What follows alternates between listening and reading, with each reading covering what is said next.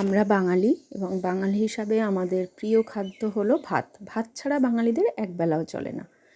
কিন্তু সেই ভাত পেতে গেলে ধান থেকে ভাত তৈরির চালের উপযোগী করতে যে কতটা মাথার ঘাম পায়ে ফেলতে হয় সেটাই তোমাদেরকে পর্যায়ক্রমে দেখাচ্ছি।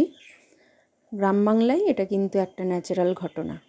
আমি যদিও এর কিছুই পারি না, তো যারা আছে দাদারা, ওরাই ধানগুলোকে চাল তৈরি করার উপযোগী তৈরি করছে, তো সেটাই স্টেপ বাই স্টেপ তোমাদের সঙ্গে শেয়ার করলাম।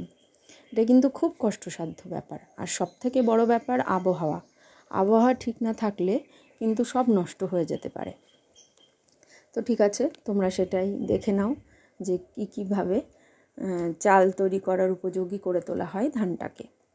সেই ধান লাগানো থেকে শুরু করে চাষিদের কিন্তু খুব খেয়াল রাখতে হয় যাতে ঝড় বৃষ্টি মানে দুর্যোগপূর্ণ আবহাওয়াতে এটা নষ্ট না হয়ে যায়। তো চলো আমরা সেটাই দেখি।